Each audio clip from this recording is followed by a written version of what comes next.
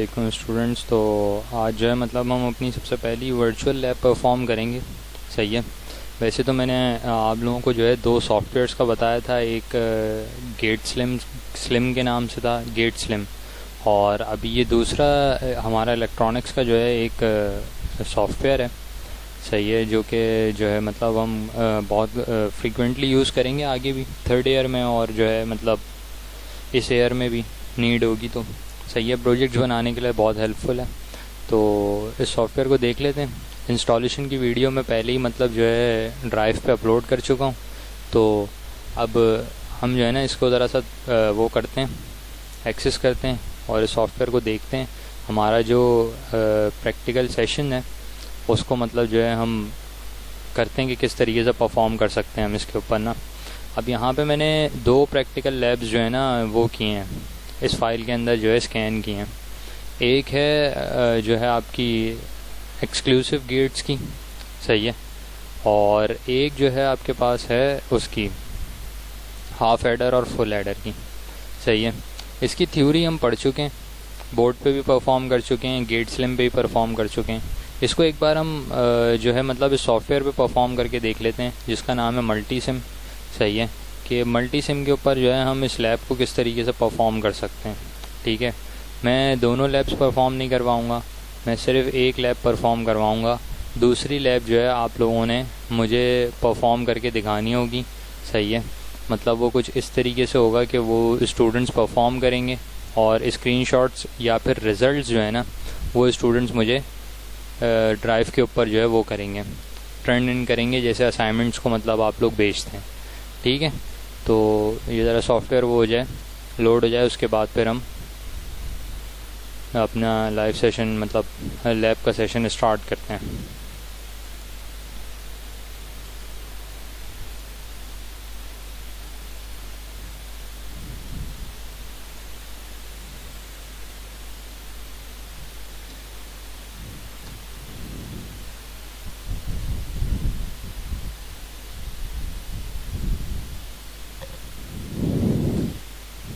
ये multi SIM 11 है।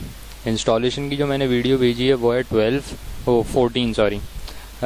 की मैंने जो है आपको वीडियो भेजी है। सही है, तो आप लोग सब 14 कीजिएगा। और ये मेरे पास खुलने में इतना टाइम सिर्फ इस वजह से ले रहा है क्योंकि मैंने 14 के जो कंपोनेंट्स हैं वो इसमें ऐड किए हैं। सही है, तो वो उनको लोड करता है, इस वजह से थोड़ा सा लेट हो जाता है। सही है, अब उस वीडियो में यहाँ तक पहुँच गए थे हम, लास्ट जो हमारी इंस्टॉलेशन की वीडियो थी उसमें हम यहाँ तक पहुँच गए थे। कंपोनेंट्स कैसे एक्सेस करने ये चीज़ हमने नहीं देखी थी। सही है, और मतलब समझा नहीं था कि जो है सॉफ्टवेयर के अंदर कहाँ पे क्या चीज़ है और मैंने किस चीज़ को कैसे इस्तेमाल करना है। सही है, तो अब कुछ इस तरह से कि अगर मैं अपने राइट साइड पे चले जाऊँ सॉफ्टवेयर के, तो यहाँ पे एक विंडो आ रही है। इस विंडो में कुछ चीज़ें बनी हुई हैं, वो चीज़ें क्या हैं वो मैं एक एक करके आप लोगों को बताऊँगा। सही है, कि हमारे लैब में इस्तेमाल होने वाले इंस्ट्रूमेंट्स जो होते हैं वो हमें यहाँ पे मिलेंगे। सही है, अब यहाँ पे सबसे पहला जो इंस्ट्रूमेंट है ये, इसके ऊपर जब मैं अपना कर्सर लेके जाता हूँ तो उस पर लिखा हुआ आता है मल्टीमीटर। सही है, मल्टीमीटर हर स्टूडेंट ने इस्तेमाल किया, हर स्टूडेंट को पता है कि मल्टीमीटर किस तरीके से यूज़ होता है और किन कामों के लिए यूज़ होता है। सही है, अब इसके ऊपर अगर मैं क्लिक करता हूँ तो यहाँ पे मेरे पास जो है एक कंपोनेंट आ जाता है, इसको हम मल्टीमीटर कहते हैं। सही है, इसके ऊपर डबल क्लिक करता हूँ तो मेरे पास एक इस तरीके की विंडो खुल जाती है। इस विंडो के अंदर मल्टीपल चीज़ें, अब हमारे मल्टीमीटर में भी ये सब चीज़ें थी। एसी के वोल्टेजेस भी देख सकते थे, डीसी के वोल्टेजेस भी देख सकते थे, एसी के एम्पियर भी देख सकते थे, डीसी के एम्पियर भी देख सकते थे। सही है, और रेजिस्टेंस भी हम फाइंड आउट करते थे। ठीक है, 2 लीड्स ही होती थी हमारे पास। सही है, पर उसके अंदर हमारे पास होती थी रेंज, हमें रेंज सेलेक्ट करनी पड़ती थी। यहाँ पे रेंज का कोई मैटर ही नहीं है, यहाँ पे ऑटो रेंज है। बस आपने इसको अपने सर्किट में लगाना है और ये आपको जो बता देगा कि भाई कितने वोल्टेजेस हैं, कितने एम्पेयर्स हैं या कितने ओम्स की रेजिस्टेंस है। ठीक है, ये वाला जो आपका ऑप्शन है ये ऑप्शन अभी रिक्वायर्ड नहीं है, तो इस ऑप्शन के ऊपर बात करना बेकार है। सही है, तो ये तो हो गया मल्टीमीटर। मल्टीमीटर के बाद हमारे पास आता है फंक्शन जनरेटर। सही है, फंक्शन जनरेटर भी एक बड़ा इम्पॉर्टेंट कंपोनेंट है। सही है, मतलब इंस्ट्रूमेंट है, ये बाद में बताया जाएगा जब हम डिजिटल के प्रैक्टिकल्स आगे परफॉर्म करेंगे तो हमें फंक्शन जनरेटर की नीड होगी। देन वॉट मीटर है, वॉट मीटर के बाद द मोस्ट इम्पॉर्टेंट और जो है मतलब इलेक्ट्रॉनिक्स में सबसे ज़्यादा इस्तेमाल होने वाला जो इंस्ट्रूमेंट है और जिसकी बड़ी नीड होती है वो है हमारे पास ऑसिलोस्कोप।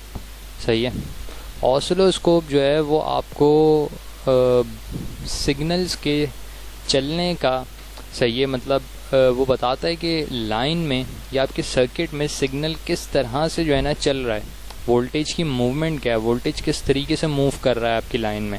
सही है, या जो है जो वोल्टेज आपने प्रोवाइड किया है अब वो डीसी का वोल्टेज है पर उसके अंदर मतलब मैंने जो है फ्रीक्वेंसी ऐड की है।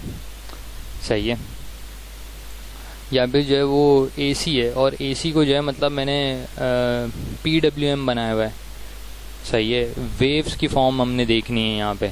सही है, तो ऑसिलोस्कोप एक बहुत इंपॉर्टेंट जो है इंस्ट्रूमेंट है, जब इसकी रिक्वायर्ड होगी तो तब हम जो है इसको डेप्थ में जाके पढ़ेंगे। अभी हमने क्या करना है, अभी हमने सिर्फ अपना ये प्रैक्टिकल देखना है।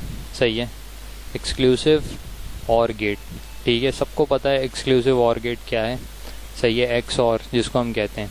अब देखो ये वाली साइड तो कवर हो गई, नीचे वाले जो आपके इंस्ट्रूमेंट्स हैं वो सब थोड़े से मतलब जब एडवांस इलेक्ट्रॉनिक्स की तरफ जाते हैं हम तो तब उनकी रिक्वायरमेंट मतलब या नीड होती है।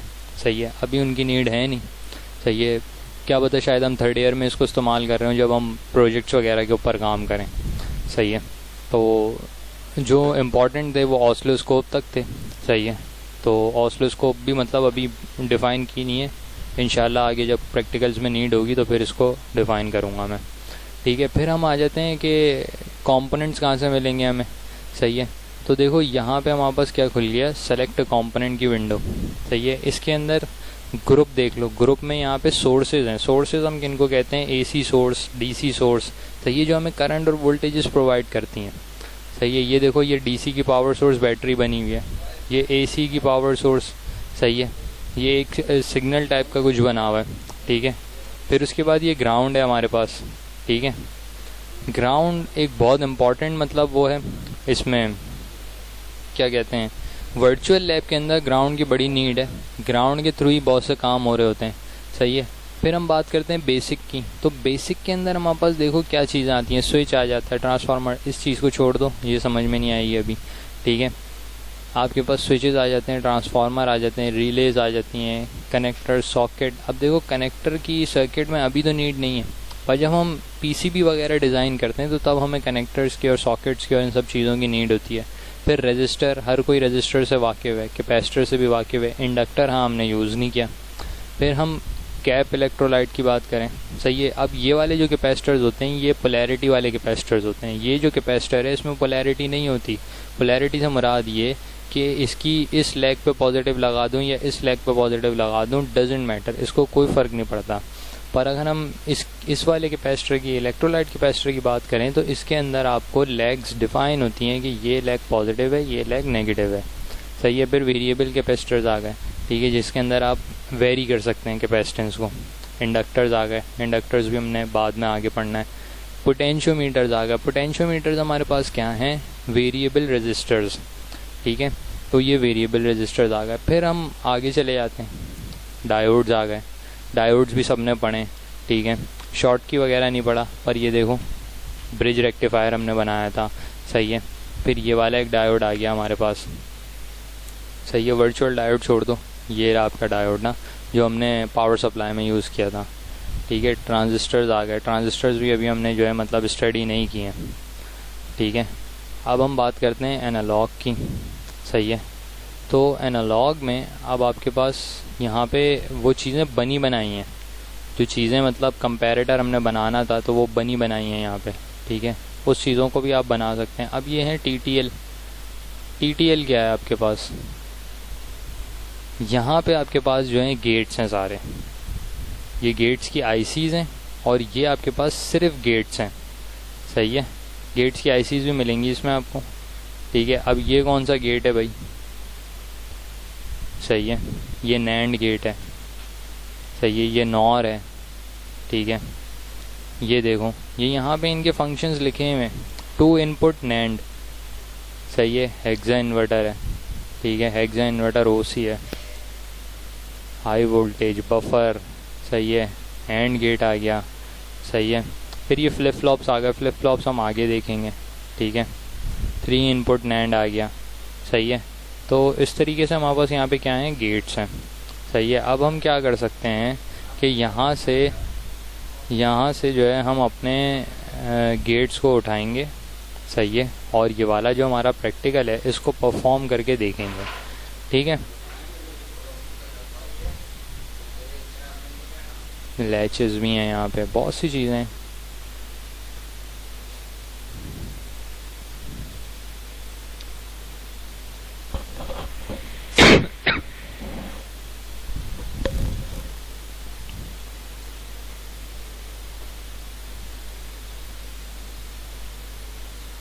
सही है। तो अब हम क्या करते हैं, ये जाके आईसी नंबर डायरेक्ट इनपुट करेंगे तो हमारा गेट बाहर निकल कर आ जाएगा।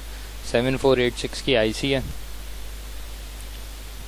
सही है। तो हम यहाँ पे लिखेंगे 7486, पर अभी नहीं बताएगा क्योंकि वो मुझे इस लैंग्वेज में बतानी पड़ेगी। 74LS86, ये देखो एक्स और आ गया, एक्स और आ गया मेरे पास, सही है।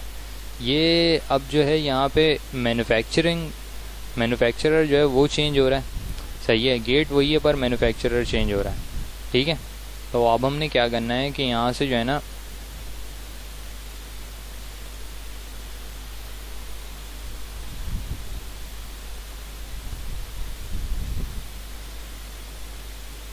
गेट्स उठा लिए, ठीक है।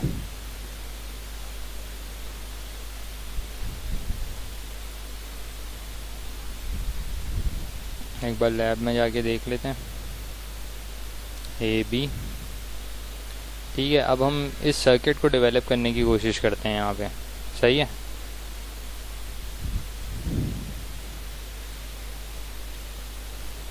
सर्किट डेवलप करने के लिए मुझे स्विचेस चाहिए। मैं बेसिक में आया, बेसिक के अंदर मेरे पास स्विचेस कहाँ पे हैं, ये रहे स्विचेस, ठीक है। स्विचेस में आप आ जाओ SPST पर, SPDT पर, सॉरी। SPDT का मतलब ये है सिंगल पोल डबल थ्रू। ये चीज़ पोल है, सही है, सिंगल पोल है, ठीक है, पर थ्रू डबल है। यहाँ पे भी मूव कर सकता हूँ, वहाँ पे भी मूव कर सकता हूँ, और वही स्विच आपके पास यहाँ पे लगा हुआ है, SPDT लगा हुआ है आपके पास, सही है। ये उठा लो, ये यहाँ पे एक और रख लिया। अब द बेस्ट पार्ट इस सॉफ्टवेयर का क्या है कि आप कंपोनेंट यहाँ से उठाते हैं, कंपोनेंट रखते हैं, जैसे ही आप अपने कंपोनेंट बोर्ड पे रखते हैं पीछे, सही है, ये दोबारा ये विंडो खुल जाती है। बार बार मुझे ये विंडो जाके ऊपर से खोलनी नहीं पड़ती। ये मैं फिर एक और वो रखूँगा, सही है। अब मेरे पास क्या आ गया, 2 स्विचेस आ गए, ठीक है। एक LED प्लेस करनी है और क्या प्लेस करना है, रजिस्टर, ठीक है। आ जाओ भाई, LED प्लेस कर लेते हैं। LED यहाँ से नहीं मिलेगी हमें, LED हमें मिलेगी इंडिकेटर्स में से, सही है। इंडिकेटर्स में से आपको लैंप हो गया, या फिर वोल्ट मीटर, एमीटर नहीं, प्रोब्स, बजर,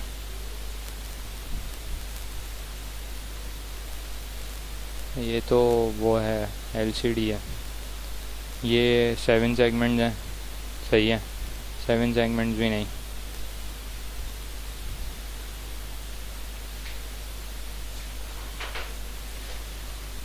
अच्छा ये दिस इज़ समथिंग डिफरेंट। ये प्रोब्स जो है ना एक अलग चीज़ है, बल्ब नहीं लगा रहे हम। ये वर्चुअल लैंप है, ये डिस्प्ले आ गया। जस्ट अ मिनट, यहाँ पे हम LED सेलेक्ट कर लेते हैं। अच्छा LEDs हमारे पास आएंगी डायोड्स में, सही है। मतलब मैं डायोड्स में आया और डायोड्स में ये रही LED, ठीक है। LED कोई से भी कलर की उठा लो आप, ब्लू उठा लो, ब्लू एक LED उठा के रख लिया हमने, सही है। और अब हमें क्या चाहिए, रजिस्टर, ठीक है। रजिस्टर हम एक काम करते हैं, 1K का एक रजिस्टर उठा लेते हैं। ये हमने 1K का एक रजिस्टर उठा लिया, दैट्स इट। अब हमने सर्किट को अपने डेवलप करना है, ठीक है। तो सर्किट डेवलप कर लेते हैं। सर्किट ऐसे भी डेवलप कर सकते हैं और अपनी मर्ज़ी से भी डेवलप कर सकते हैं, और हम सर्किट को डेवलप कर लेते हैं। देख लो एक बार सर्किट ना, सर्किट कैसे डेवलप हुआ हुआ है। ठीक है, इस चीज़ को आपने क्या करना है, रोटेट भी कर सकते हैं और फ्लिप भी कर सकते हैं। तो हम इसको एक काम करते हैं, हॉरिजॉन्टली फ्लिप करते हैं। हॉरिजॉन्टली फ्लिप करने से इसकी लेफ़्ट साइड राइट बन जाती है, राइट साइड लेफ़्ट बन जाती है। ठीक है, हॉरिजॉन्टली मैंने फ्लिप कर लिया। ठीक है, ये आ गया यहाँ पर। ये पॉइंट पे आपने जैसे ही क्लिक किया, ये देखा तार आपने ऐसे करके जोड़ ली। ठीक है, ये हमारे पास ये जुड़ गया। अब दो जो हमारे पास हैं पॉइंट्स, उनको मैंने क्या करना है, ग्राउंड, ये ला के मैंने यहाँ पे ग्राउंड कर दिया। ये दोनों आपस में क्या हो गई, ग्राउंड। अब मुझे एक डीसी सोर्स भी चाहिए, सही है, तो मैंने यहाँ से क्या किया, एक डीसी सोर्स ले ली। ठीक है, ये आ गई मेरी डीसी सोर्स, सही है। उसके बाद इस पॉइंट को जो है मैंने क्या कर दिया, आपके 12 वोल्ट्स दे दिए। 12 वोल्ट नहीं, इसको कम करेंगे हम। कम कैसे करेंगे ये मैं बता दूंगा। अब देखो, ग्राउंड और नेगेटिव एक हो गया, सही है। इलेक्ट्रॉनिक्स में हमारे पास करंट की जो फ्लो है वो दो तरह का फ्लो है, सही है। एक फ्लो कौन सा है आपके पास, एक फ्लो है आपके पास कन्वेंशनल फ्लो, और एक फ्लो आपके पास कौन सा है, एक फ्लो है आपके पास इलेक्ट्रॉनिक फ्लो। ठीक है, आपने क्या किया कि जब इसको नेगेटिव से कनेक्ट कर दिया तो तब हमारे पास ये फ्लो कौन सा बन गया, कन्वेंशनल फ्लो। अब इलेक्ट्रॉन या चार्ज जो भी है वो मूव करेगा positive to negative due to this ground, सही है। ये ग्राउंड बताता है कि आपने ख़त्म कहाँ पे होना है, मतलब डंप कहाँ पे होना है, बाहर निकलने का रास्ता कहाँ पे, सही है। अब इसी ग्राउंड को अगर मैं पॉजिटिव के साथ लगा दूंगा तो मेरा जो इलेक्ट्रॉन की जो मूवमेंट है या चार्ज की जो मूवमेंट है वो मेरे पास क्या हो जाएगी, वो मेरे पास हो जाएगी इलेक्ट्रॉनिक मूवमेंट, सही है। वो पॉजिटिव मतलब पॉजिटिव में जाके डंप करेगा, नेगेटिव से मूव करना शुरू करेगा और पॉजिटिव में जाके डंप करना शुरू करेगा, सही है। अब देखो, इस पे भी स्पेस है, इस पे भी स्पेस है, तो हमने क्या करना है, इस कीवर्ड को चेंज करना है। इसको मैंने ए कर दिया और इसको मैंने क्या कर दिया, बी कर दिया। ठीक है, मतलब मैं ए प्रेस करूँगा तो ये स्वैप हो जाएगा, बी प्रेस करूँगा तो ये स्वैप हो जाएगा। इस 12 वोल्ट को आपने चेंज करना है। डबल क्लिक किया इसके ऊपर, इसके ऊपर आपने क्या लिख लिया, 5 वोल्ट। 5 नहीं, चलो 5 वोल्ट लिख देते हैं। ठीक है, 5 वोल्ट हो गया। अब देखो सर्किट हमारा डेवलप हो गया। ठीक है, अब मैंने क्या करना है, सिमुलेशन चला के देखनी है, मतलब ये एलईडी ग्लो भी तो करनी चाहिए। इस एलईडी को कैसे ग्लो कराना है आपने, यहाँ पे देखो एक टॉगल स्विच लगा हुआ है, वो खटका जो घर के अंदर लगा हुआ होता है खटका, वैसे एक बटन लगा हुआ है। अब इस बटन को आपने किस तरीके से जो है वो करना है, ऑन करना है। इसके ऊपर जस्ट क्लिक करेंगे। डिजिटल में हम पढ़ते हैं 0 का मतलब क्या है, 0 वोल्ट्स, और 1 का मतलब क्या है, 5 वोल्ट्स। तो मतलब जैसे ही 1 करूँगा ऑन हो जाएगा, 0 करूँगा ऑफ हो जाएगा। सिमुलेशन मेरी हो गई है ऑन, सही है। अब मैंने क्या करना है, ए प्रेस करना है। ये मैंने ए प्रेस किया, देखो स्विच मेरे पास क्या हो गया, बंद हो गया। बी प्रेस किया, स्विच मेरे पास क्या हो गया, वो हो गया। अब यहाँ पे एलईडी आपकी ग्लो नहीं कर रही, तो हमने ये चेक करना है कि एलईडी के ऊपर वोल्टेजेस आ भी रहे हैं या नहीं, सही है, या फिर बस ऐसे ही है। अब ये रेजिस्टेंस भी यहाँ पे डिफाइन नहीं है कि रेजिस्टेंस कितने की लगानी है, बस रेजिस्टेंस लगा देनी है, सही है। उसके ओम्स वगैरह गिवन नहीं है। ठीक है, तो हम क्या करेंगे कि रेजिस्टेंस थोड़ी सी कर देंगे कम। ठीक है, रेजिस्टेंस मतलब 1 के से आप कर लो 500 भी नहीं, 200 कर लो। ठीक है, और उसके बाद एक बार फिर से सिमुलेशन ऑन करते हैं, सही है।